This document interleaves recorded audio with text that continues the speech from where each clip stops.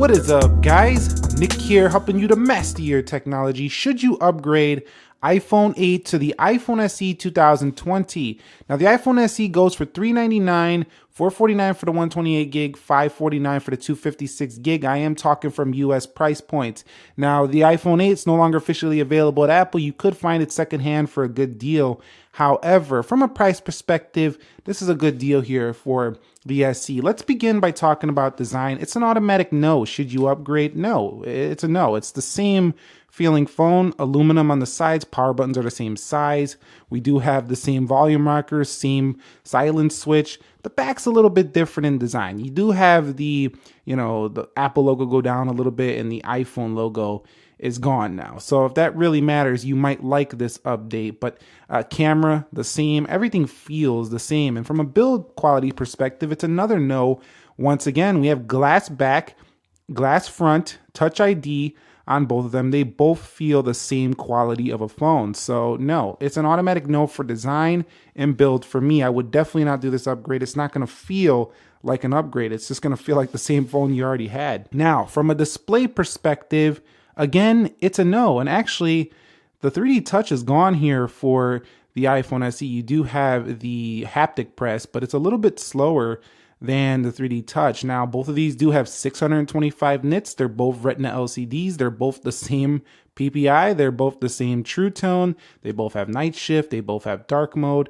It is an identical screen on the SE. It's the same experience. So it's a no. For display, unless you really want the black front and you only had a white front iPhone 8, it's an automatic no. Now, next up is the software.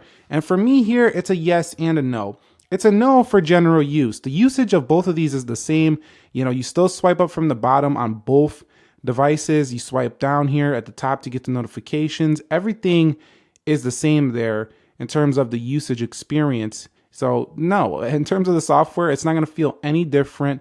Once again, let me bring that brightness down a little bit. It's not going to feel any different again in the software. Now, one area where the SE does shine though is it does have a little bit of a different camera software, very similar to the 11 Pro.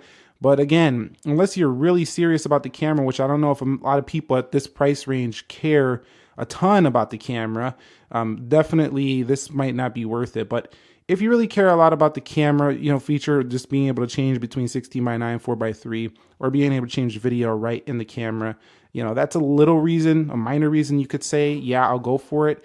But I mean, it's not a huge thing that I would say it's worth the upgrade. Now, why did I say yes to? I said yes because in the long term, if you plan to keep your phone a very long time, the iPhone SE should get a little bit longer software support, but it's not like the software support is going to be bad for the iPhone 8. It should still have a few years left on it. So, I mean, you probably don't have to do this upgrade right now, at least from a software perspective. If you just love your iPhone 8 and you don't ever want to get rid of this kind of device, you just want this type of device, but you want to keep it even longer, you might just want to trade this in to get this just so you can stick with this body long term. Now, from a performance perspective, the iPhone 8 A11 chipset's still very quick, nothing to complain about. If you check out my speed test, I'll link it down below, you're going to notice that the performance actually kept up pretty easily with the iPhone SE. Yeah, the benchmarks are better on the SE, but right now, I don't feel like the A13 is making a huge difference unless you really play a lot of games. But again, I don't think gaming is that enjoyable on this small of a display, and the battery life is not that strong on the SE. So things like the 10R, the 8 Plus, those phones have a little bit better battery life. Also, you have the iPhone 11 and of course the XS Max. Those devices also have better battery life and might be more enjoyable due to larger displays for gaming. Next up is the RAM, and it's a yes for the iPhone SE as it's going to give it a little bit more RAM, which should give it a little bit more life in the long term. Now, moving on to the cameras. Now, let's take a look at this iPhone SE case right here. We're going to go ahead and go to the camera here for the iPhone 8. Now, the iPhone 8 doesn't have the Smart HDR functionality. It also does have 4K 60 video though, so you can get amazing video on this phone and has good focus. It has good panoramic modes.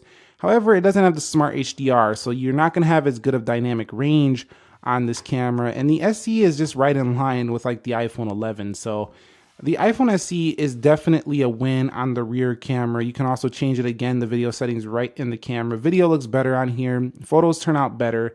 Everything just turns out better, at least from the main sensor. So This is the selling point here, but I don't know how many people really think their iPhone 8 was bad or something. I don't see many people complaining about their iPhone 8's camera.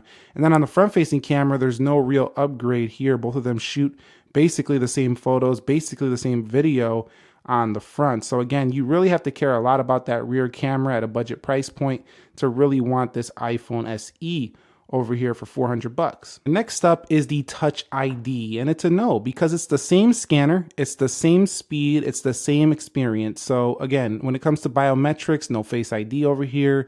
It's pure Touch ID to Touch ID. So if you had this iPhone 8 and you go over here to this SE, same experience. It's a no for me. I wouldn't upgrade for Touch ID. It's no improvement. It's the same thing. Okay, so when it comes to their audio,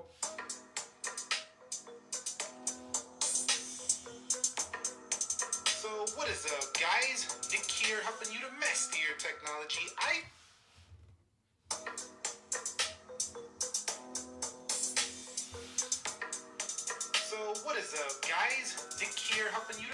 I cannot discern really any difference here in the audio. So for me, it's a no. I wouldn't do this upgrade for audio improvements. Also, no headphone jack on either of these. Now, from a phone calling perspective, from a reception perspective, LTE performance, stuff like that, I found a little bit more reliable performance for the SE, but it hasn't been a great deal better. So this might be an area I would probably say, yeah, if you want a little bit more reliable mobile performance, I think the SE is a bit better here.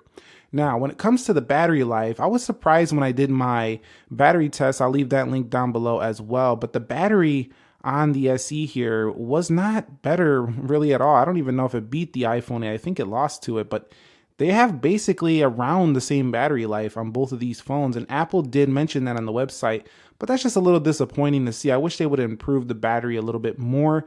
The SE, a lot of people are saying is really good though for some people's experience, but for me, this thing is nowhere near the iPhone 11, 10R, and I know it's not supposed to be. Those phones are 2 times the price of this device, but still, I would have liked to seen a little bit larger battery, as a lot of competitors in this price range, such as Samsung's A series lines, have much bigger batteries than this phone right here. So a little bit disappointed, and it's a no for me. I would not upgrade from the iPhone 8 to the SE looking for better battery, unless your battery capacity just dipped and you just need a new cell. Then maybe, but if you still have 100% capacity or 90% and it's still getting you around the same amount of life, then I don't think it's worth it. And when it comes to color choice, now for me personally, I was never a big fan of this gold, but it was the new color. That's why I picked this one up. The iPhone SE comes with some nice color choices though. I think some of the most popular ones, white and silver, we have black, and then we have the red here. So I do think color choice is really down to your own preference. I like that they launched with a red from the start with the SE. They didn't do that with the 8. But yeah, it's really going to be down to your preference there. Resale value, it depends, because if you're going to keep the SE a long time, its resale is going to dip. The SE for sure will be worth more in the long term just because it's a newer phone.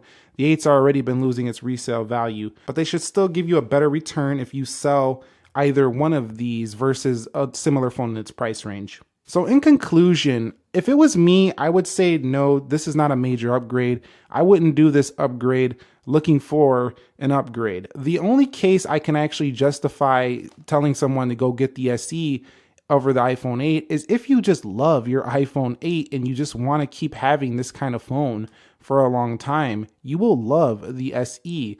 Also, if you have an older 6S, a 6, if you have a 7 and you never got the 8, you liked it, but you just never wanted to pay for it, and you just kind of liked it a lot, you might want to just get this now because this will last 4 to 5 years. And another case for, getting the SE is just kind of like your battery is trash on your iPhone 8. Maybe you crack the glass on the back, you have a cracked screen, something like that, and you don't want to get a different phone. You want to get what you're used to.